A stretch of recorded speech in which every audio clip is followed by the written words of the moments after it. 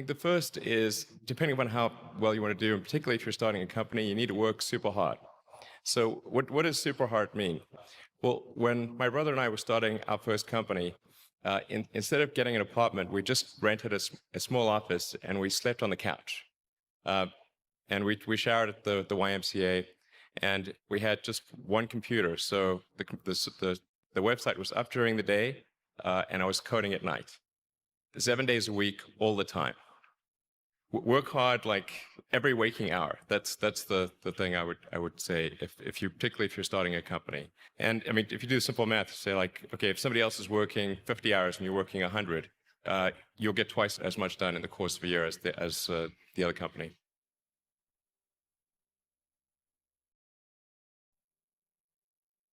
I think too is you got to make sure that whatever you're doing is a great product or service. It has to be really great. And I go back to what I was saying earlier, where if you're a new company, I mean, unless it's like some new industry or new market that, if it's an untapped market, then you have more ability to, the standard is lower for your product or service. But if you're entering anything where there's an existing marketplace against large entrenched competitors, then your product or service needs to be much better than theirs. It can't be a little bit better, because then you put yourself in the shoes of the consumer and they say, why would you buy it as a consumer? You're always going to buy the trusted brand unless there's a big difference.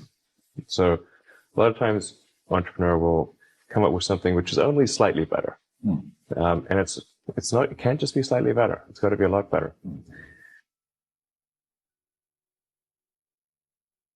The other thing I'd say is that if you're creating a company or if you're joining a company, the most important thing is to attract great people. So either join a group that's amazing, that you really respect, or if you're building a company, you've got to gather great people. I mean, all a company is a group of people that have gathered together to create a product or service.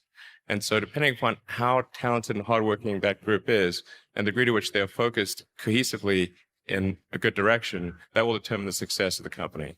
So do everything you can to gather great people if you're creating a company.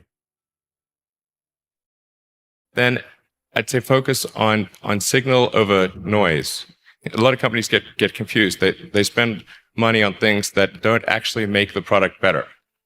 So for example, at Tesla, we've never spent any money on advertising. We put all of the money into R&D and manufacturing and design to try to make the car as good as possible. And I think that's the way to go. So for any given company, just keep thinking about, are these efforts that people are expending, are they resulting in a better product or service? And if they're not, stop those efforts.